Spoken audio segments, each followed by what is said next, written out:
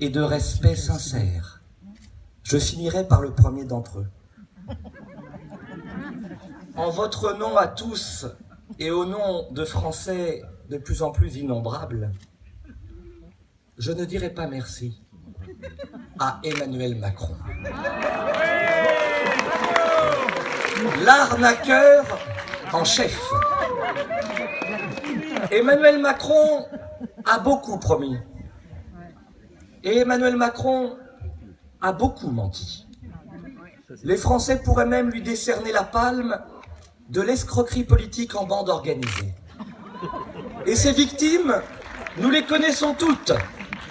Les retraités d'abord, avec la hausse de la CSG et le gel des pensions. Les familles, avec la réforme des allocations familiales qui prive désormais des milliers de nouvelles familles modestes d'un niveau de vie décent. Les travailleurs, avec la hausse des taxes sur le diesel et les carburants. Les ruraux, avec la fermeture des classes, la baisse des dotations, ou en cette rentrée et en cet automne 2018, la hausse du fioul. Les jeunes, qui avec le prélèvement à la source, pour la première fois de notre histoire, paieront des impôts la première année et à la première seconde de leur première activité professionnelle. Sans oublier bien sûr nos classes moyennes. 2 chiffres à retenir. Emmanuel Macron, c'est 5 milliards d'impôts supprimés pour les plus fortunés et dans le même temps, 9 milliards d'impôts créés pour les classes moyennes, les milieux de cordée, les travailleurs et les salariés modestes. Oui, Emmanuel Macron, c'est le Madoff de la politique. Il promet beaucoup, il s'agite tout le temps, il fait bonne figure, un peu, et il baratine souvent. Et à la fin de l'envoi, il touche? Non, cher Cyrano. À la fin de l'envoi, Emmanuel Macron ment. Il est une pièce de théâtre à lui tout seul, entre tragédie et comédie.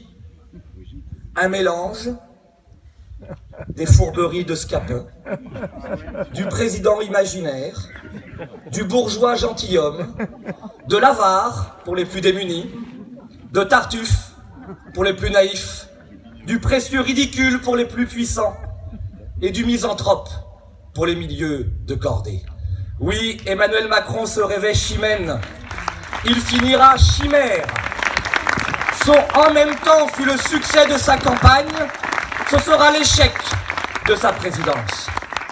Et puis, pour achever ce réquisitoire sincère et argumenté, nous devons lui reconnaître une prouesse.